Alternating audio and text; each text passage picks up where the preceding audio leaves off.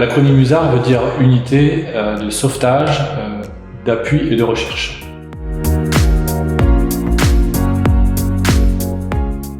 Nous avons 70 spécialistes sur tout le département.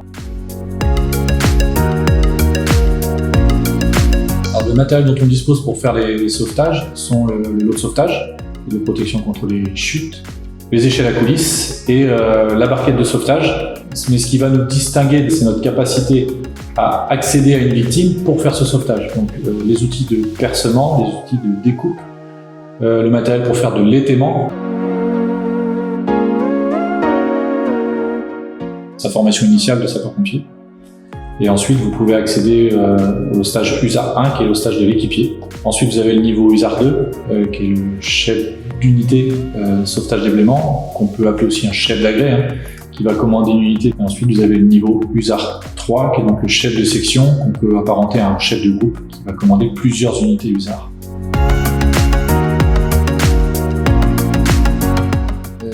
Les emplois opérationnels dans la spécialité sont ceux que je viens de citer, à savoir l'équipier, le chef d'unité et le chef de section.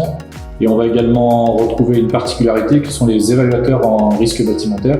Donc ce sont les USAR 3, chefs de section, qui sont formés à cette évaluation bâtimentaire.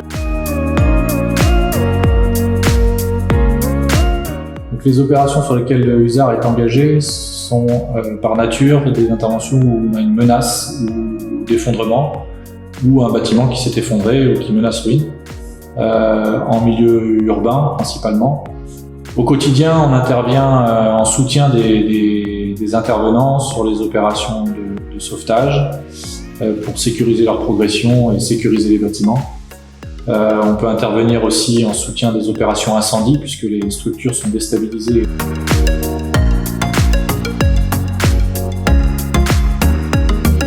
Les USAR interviennent en milieu effondré ou menaçant ruine, là où les SMP interviennent en milieu périlleux.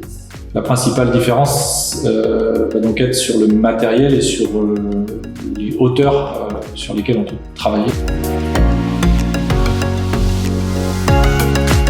On a un premier travail qui est d'approfondir la reconnaissance, là où les unités conventionnelles ont pu s'arrêter, puisqu'elles n'avaient pas la capacité d'accéder ou de sécuriser.